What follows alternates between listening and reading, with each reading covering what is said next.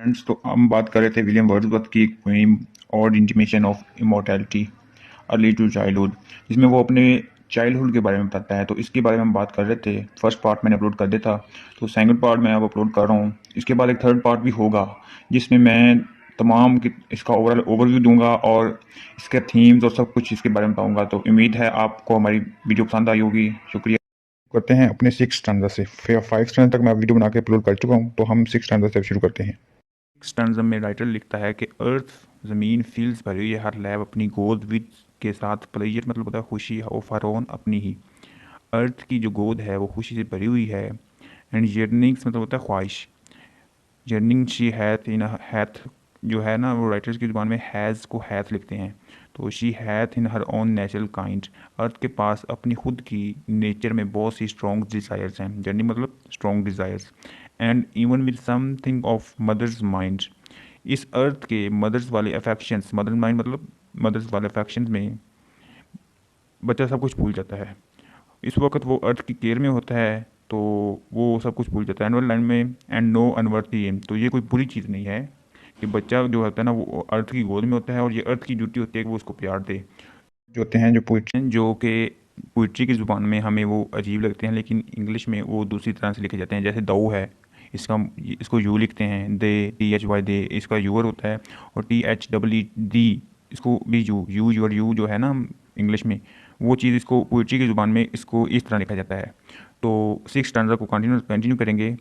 The homely nurse doth all she can, ये जो घर की हाउस मेड है ना, वो सब कुछ करेगी to make her foster child, अपने बच्चे को हर इनमेट मैन, एक इनमेट मैन बनाने के लिए वो सब कुछ करेगी कि वो फॉरगेट द ग्लोरीज, उस खुशी को भूल जाए। ही हैथ नॉन, जिसको वो जानता है। एंड द इम्पीरियल मतलब होता है शाही, पैलेस महल, मैन सी केम, कि वो जिस जन्नत से आया था और उसकी जो खुशी थी वो उसको भूल जाए। उसको एक ऐसा इंसान बनाने के लिए वो जो होम मेड नर्स है ना, वो सब कुछ करेगी और सब कुछ करने को तैयार है। नंबर 7 स्टैंजा में राइटर कहता है कि बी होल्ड, बी होल्ड मतलब होता है देखनो, the child among his newborn blisses, कि उस बच्चे की तरफ देखो जो कि पैदा हुआ है बहुत ज़्यादा खुशी के साथ और खुश है बहुत ज़्यादा। अब वो बात करता है कि 6 ईयर्स, एक 6 साल का darling baby, cute baby of pygmy, pygmy में तो होता है हकीर साइज़, वो एक 6 साल का बच्चा है जो बहुत ही पिग्मी साइज़ का, हकीर साइज़ का है। सी देखो, वेयर्स कहाँ, mid work of his on hand he lies, कि उसके हाथ कहाँ है, वो कहाँ खेल रहा है और वो नहीं जगह पे सो जाता है। यहाँ पे इस चीज़ का मतलब है कि जो बच्चा है ना, वो he will learn from his experience, वो अपने एक्सपीरियंस से, अपने काम से जो है वो सीख रहा है कि कैसे आगे बढ़ना है, क्या करना है, किस तरह चलना है। ठीक है, तो वो एक्सपीरियंस करके ही आगे बढ़ता है, उस बारे में सोचता है। फ्रीटेड मतलब होता है परेशान, बाय स्लाइस, स्लाइस मतलब होता है अटैक ऑफ हिज मदर किसिस, और वो परेशान हो जाता है अपनी माँ की किस, उसकी वो छाड़ से वो बहुत ज़्यादा परेशान होता है और अपना काम रोक देता है। With light upon him from his father's eyes, और अपने बाप की आंखों से आते वाली जो उसकी मोहब्बत भरी शफकत भरी निगाहें होती है ना, उनसे आते वाली लाइट की से वो परेशान हो जाता है। सी देखो, एट इज फीट, उसके पैरों की तरफ, सम लिटिल प्लान और चार्ट। एट इज फीट मतलब यहाँ पे है उसका माइंड। ठीक है, लफ्जी मतलब तो फीट मतलब पाँव था, लेकिन इसका जो मफहूम हम लेंगे वहाँ पे होगा इसका माइंड। उसके माइंड में कुछ फ्यूचर्स के लिए प्लान हैं। वो प्लान क्या है? As he grows he thinks planning to do something, his whole life will be instantly endless imitations, कि वो जब जैसे जैसे बड़ा होगा उसके उसने सीखना है कि कैसे बातें करनी है, कैसे आगे बढ़ना है, कैसे दूसरों को, जैसे जैसे दूसरे लोग करेंगे उसको कॉपी करेगा ना वो। ये तमाम चीज़ों की ना जो ये सीखता है अपने ह्यूमन लाइफ की जो ड्रीम्स हैं, जो इसकी फ्रेगमेंट हैं, इसे सीखता है शेप्ड बाय हिमसेल्फ, अपने खुद से, विद न्यूली लर्नड आर्ट, जो वो खुद एक नया आर्ट सीखता है ना कि किस तरह आगे बिजनेस के लिए या ह्यूमन लाइफ के लिए आगे जिस तरह जाना है तो क्या करना है। तो इस चीज़ के लिए वो जो आर्ट सीखते हैं ना, उसके बारे में बहुत ज़्यादा बात करते हैं। अ वेडिंग, एक शादी, और फेस्टिवल, और एक फेस्टिवल, अ मॉर्निंग मॉर्निंग मातम, सोग, और फनल जनाजा, इन सब चीज़ों के बारे में किस तरह बिहेव करना है, किस तरह एक्ट करना है इन सब चीज़ों के में, तो इस चीज़ के बारे में बहुत ज़्यादा बात करते हैं। And this hate now is heart, और ये तमाम चीज़ें वो इसके जो दिली, ये चीज़ें उसके दिल में हैं। And this hate now is hurt, ये तमाम चीज़ें अभी उसके दिल में हैं। और फिर वो and unto this he frames his song, और फिर वो एक सॉन्ग गाता है। Then will he fit his tongue, और फिर वो अपने ज़ुबान के साथ ठीक होता है, मतलब ज़ुबान में रवानी उसकी आ जाती है, बोलना बोल चाल में वो। To dialogue of business, business के तमाम जो मुकालमे हैं उसमें लव और प्यार की और स्ट्राइफ झगड़ा बहस व मुबासे में वो बिल्कुल मतलब फिट हो जाता है। But it will not be long, और लेकिन ये ज़्यादा तक नहीं चलता। At this be thrown aside, इसके बाद वो एक साइड पे खड़ा हो जाता है with new Joy and pride, एक खुशी और गरूर के साथ। उसे में द लिटिल एक्टर कौन में होता है याद करना, अनदर पार्ट, जैसे कि एक छोटा एक्टर अपना दूसरा पार्ट याद करता हो। Feeling from the time to time his होमियो स्टेज, और वो ह्यूमरस स्टेज मतलब मजाक का जो होता है ना माइंड, उस चीज़ को भर रहा हो अपने जिसम में, अपने जहन में, with all the person down to pull side age. और फिर वो जितने भी लोगों से अपनी लाइफ में मिलता है, पालसीड मतलब एजिड लोग, ये पालसीड मतलब होता है जिसके मतलब कि हाथ पैर कांपते हो, तो वो एजिड लोग ही होते हैं। तो फिर वो जितने भी लोगों से अपनी लाइफ में मिलता है, that life brings with her in her equipage, equipage मतलब लवाजमात, तो उसको अपनी जहन में एक तरतीब से उनके साथ जो मीटअप होता है ना, उस एक्सपीरियंस को अपने जहन में बिठा लेता है।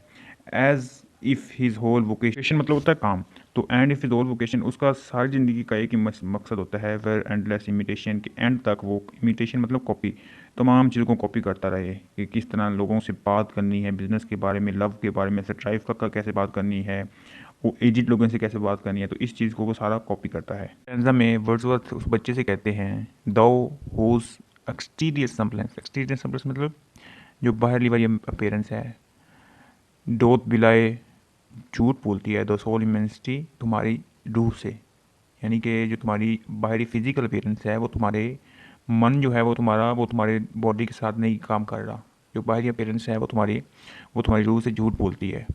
द बेस्ट फिलोसफर, यहाँ पे वो बच्चे को फिलोसफर कह रहा है William Wordsworth.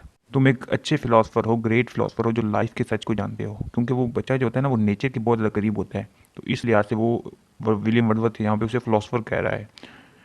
The heritage, the among the blind, that deaf and silent readest internal deep, वो कहता है कि तुम मतलब नेचर के बहुत ज़्यादा करीब हो, इतने करीब हो कि तुम्हारी जो आंखें हैं, हम जब जवानी में मतलब इंसान कदम रखता है ना, तो वो नेचर को उस लिहाज से नहीं दिखता जिस लिहाज से बच्चा देखता है।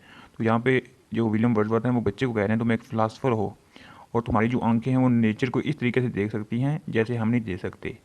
हम नेचर के अंदर जाकर डेफ, बहरे, साइल, गूंगे बहरे एंड इस तरह नहीं महसूस कर पाते जिस तरह तुम करते हो, और इतनी डीप नहीं नेचर को सर देख रहे जितना डीप तुम देखते हो। हंड्रेड, हंड्रेड मतलब कम्युनिकेट करना, for ever by these internal mind god को बोला गया है। तो यहाँ पे वो विलियम वर्ड्सवर्थ बच्चे को कहते हैं कि तुम वो काम कर सकते हो जो बड़े बड़े फिलोसफर नहीं कर सकते, इसीलिए सबसे आला फिलोसफर तो तुम हो, क्योंकि वो नेचर को अच्छी तरीके से अंडरस्टैंड कर सकते हैं ना, और नेचर की गहराई में जा सकता है, सो दैट्स वे। और उसको माइटी प्रॉफिट और सीयर ब्लस्ट बोल कहता है William Wordsworth.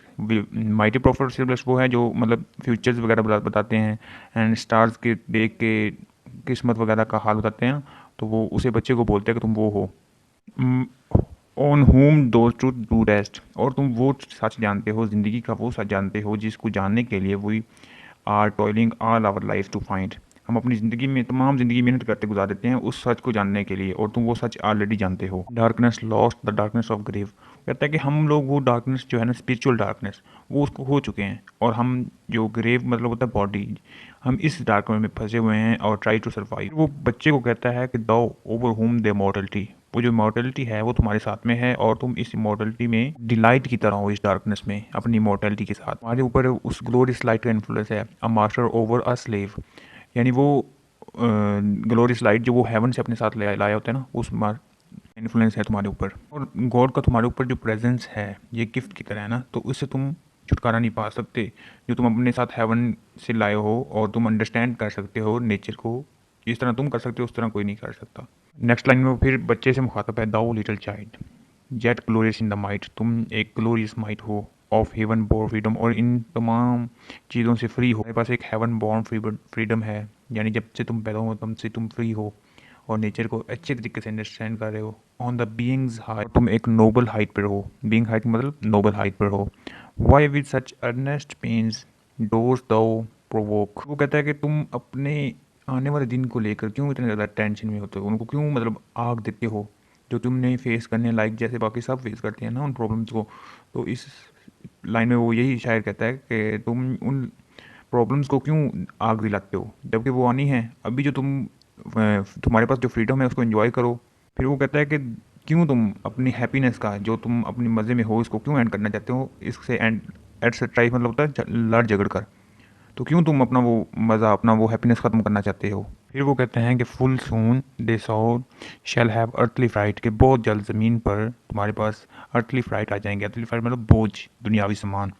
And custom lie upon thee with a weight, और तुम्हें वो यानी कि ना जो रीति रिवाज मतलब जो ट्रेडिशंस हैं उनको तुम्हें फॉलो करना पड़ेगा एक बोझ की तरह, और ये तुमने सब करना पड़ेगा। तो क्यों तुम अपनी जो हैप्पीनेस है जिससे अब तुम फ्री हो, रीति रिवाज जो है ना, कस्टम्स ट्रेडिशंस वगैरह, उनसे तुम फ्री हो, तो क्यों चाहते हो कि वो तुम पे सब लागू हों, सोसाइटी से तुम अब आज़ाद हो। वो कहता है हैवी एज फ्रॉस्ट, वो जो कस्टम्स हैं वो बहुत ज़्यादा हैवी होंगे फ्रॉस्ट की तरह, and deep almost as life, ज़िंदगी जिस तरह गहरी है ना, इस तरह वो जो कस्टम्स हैं ट्रेडिशंस हैं वो गहरे हैं, और एक विद द वेट एक बोझ की तरह है जिन्हें तुम्हें फॉलो करना होगा।